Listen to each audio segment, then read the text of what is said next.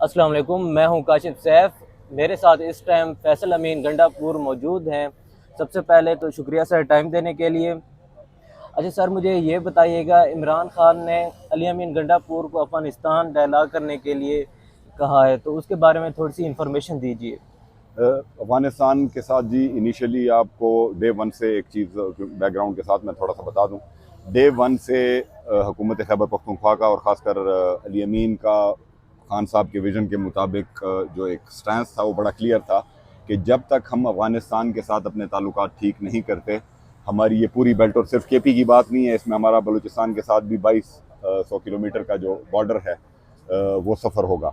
तो उस सिलसिले में उनके सफ़ीर के साथ, उनके काउंसिल के साथ और उनके जो वहाँ से जब भी कोई उनकी लीडरशिप के लोग आए हैं उनके साथ एक एंगेजमेंट चीफ मिनिस्टर साहब ने रखी है। और जिस तरह आपने रिसेंटली देखा है कि उनके जब ज़ल्ज़ले में बेचारों के मतलब बहुत बड़ा नुकसान हुआ, हज़ारों लोग उनके फौत हो गए उसके अंदर, तो हुकूमत खैबर पख्तूनख्वा ने 2 दफ़ा उनकी इमदाद की, जिसके ऊपर उन्होंने ऑफिशियली हमारा शुक्रिया भी अदा किया।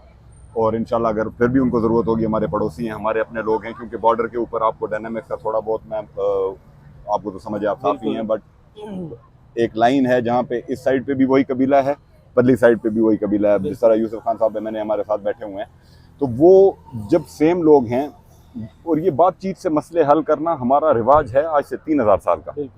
तो एक कामयाब मॉडल है। या तो कोई ये बता दे हमें कि हमारा 3000 साल पुराना मॉडल नाकाम है और इनका मॉडल ठीक है, तो हम इनके मॉडल पे चलेंगे। लेकिन अगर हमारा मॉडल कामयाब है तो यार बात करने में क्या हर्ज है। हाँ, इसमें अब चैलेंज ये आ जाता है कि वफाकी हुकूमत कॉपरेट नहीं करती। वफाकी हुकूमत की कॉपरेशन के आपको मैं सिंपल मिसाल दे दूँ।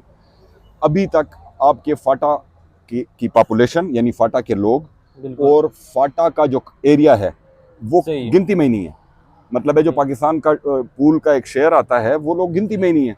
आप उनसे एक्सपेक्ट करते हैं कि वो, और फ्रंट लाइन सोल्जर हैं ये, मतलब पाकिस्तान आज़ाद हुआ, कश्मीर की आज़ादी की जंग से लेकर अफगानिस्तान के जिहाद तक ये लोग हमारे फ्रंट लाइनर्स थे, हमारे लिए लड़े, जानों की कुर्बानियाँ दी, माल की कुर्बानियाँ दी।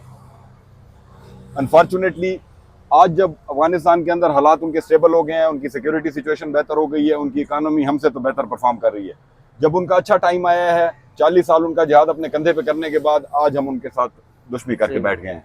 तो पड़ोसी की दुश्मनी वैसे भी किसी के बारे में नहीं है, सिंपल सी बात है। और ये तो वो पड़ोसी है जो कि मेरा भाई है, मतलब मींस कि मेरे ही ट्राइब का है, कोई एक कबीला इधर, कोई एग्जैक्टली। और हम एक दूसरे की जबान समझते हैं, हम एक दूसरे का रिवाज समझते हैं, हम एक दूसरे से अपनी बातें मनवा सकते हैं। यानी अगर 2 बातें मेरी वो मानेगा तो शायद 2 बातें मुझे उसकी माननी पड़े, अगर वो रीजनेबल हैं। और हालत इस मुल्क के अंदर इंसाफ की या कानून की या आइन की ये है कि इमरान खान साहब इस मुल्क के सबसे पॉपुलर लीडर, भोंडे तरीन मुकदमात में उनको सजा दी गई, अदालतों को हमने ताबे बना दी, और हम दुनिया में एक मजाक बन चुके हैं कि हम वाहिद शायद दुनिया का मुल्क हैं जिसमें अदालतें एग्जेक्टिव के ताबे हो गई हैं। तो इंसाफ ना अदालतों में है। खैबर पख्तूनख्वा सूबे को तुम कहते हैं कि जी हमारा सूबा है, हमारा सूबा है, लेकिन हमेशा सौतेली माँ का सलूक उसके साथ किया गया है। और हालत ये है कि उस सूबे के वजीर आला का पासपोर्ट ब्लॉक है।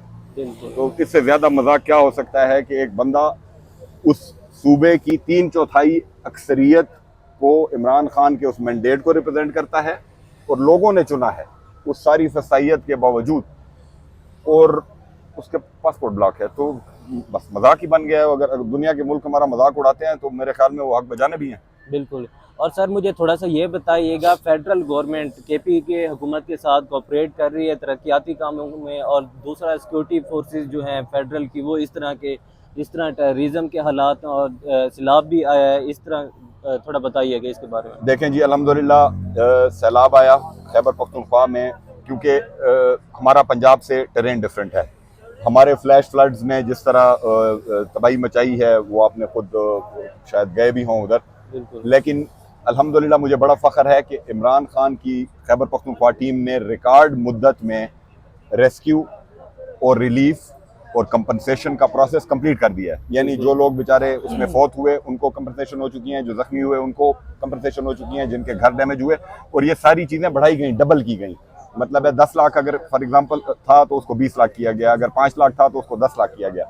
For the first time businesses जिसके डैमेज हुए हैं। अब किसी छोटे दुकानदार बेचारे का तो 2-3 लाख 4 लाख का 5 लाख का उसका टोटल सामान होता है, अगर उसकी दुकान बह गई है तो उसको वो सिस्टम में ही नहीं थे, इस दफ़ा उनको भी कंपनसेट किया गया। पंजाब वाले अभी तक अपनी असेसमेंट करते फिर रहे हैं। बिल्कुल। हमने और फेडरल गवर्नमेंट ने हमें नमक भेजा। नमक कैसे भेजा कि 1000 या 1500 तंबू भेज के उन्होंने हमारे ऊपर एहसान करने की कोशिश की, हो भाई अपना 1000 तंबू जाके मरियम बाजी को दे दो, हमें नहीं चाहिए। अल्हम्दुलिल्लाह खैबर पख्तूनख्वा अपने पैरों पे खड़ा है फाइनेंशियली भी, और जिस तरह सीएम साहब ने कहा था कि हम अपने पैरों पे खड़े हैं, हम कोई भिखारी सूबा नहीं है, अपना हक मांगते हैं। एनएफसी का शेयर इनको देना पड़ेगा। वार्ड अब हुआ है तो देखें, मेरे लोग हैं, मैं उन्हें कहता हूं कि तुम यार बड़े जाहिल रह गए हो, तो यार मैंने उसको दिया क्या है, तो जाहिल नहीं रहेगा। न मैंने उसको तालीम दी, न मैंने उसको एजुकेशन दी, न मैंने उसको जॉब अपॉर्चुनिटी दी। और पॉपुलेशन का आप वो देख लें कि 60% पॉपुलेशन आपकी जो है 65% वो अंडर 30 है। बिल्कुल। तो ये तो फर्टाइल फिर ग्राउंड है टेररिस्ट के लिए, बाकी तो मतलब है। और आप उनसे क्या एक्सपेक्ट करेंगे। और सर मुझे थोड़ा सा ये बताइएगा सिक्योरिटी के हवाले से इस टाइम केपीके के क्या हालात हैं, कोई काम हो रहा है सिक्योरिटी के हवाले, किसी के साथ डायलॉग हो रहे हैं?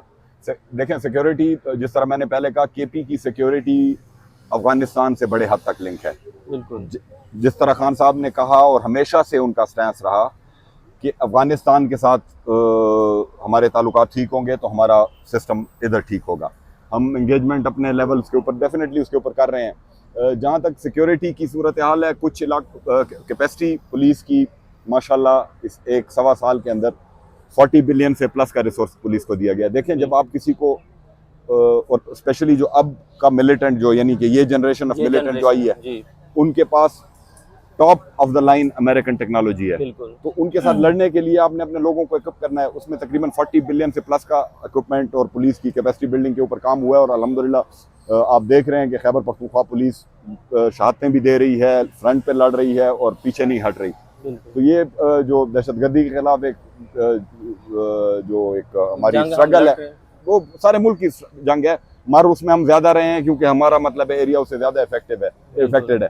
लेकिन अनफॉर्चुनेटली फैसला साजों को ये भी सोचना चाहिए कि देखें जब खैबर पख्तूनख्वा को इस तरह कॉर्नर किया जाएगा, खैबर पख्तूनख्वा की बात नहीं सुनी जाएगी, खैबर पख्तूनख्वा को डिसीजन मेकिंग के अंदर नहीं लाया जाएगा, तो इवेंचुअली इंडस से इस तरफ आने में भी इस दहशतगर्दी को टाइम नहीं लगेगा। खुदा ना करे, खुदा ना करे, हम फ्रंट लाइन पे हैं। इंशाल्लाह हमारी कोशिश होगी कि हमारी जानें पहले जाएं और पाकिस्तान को कुछ हो।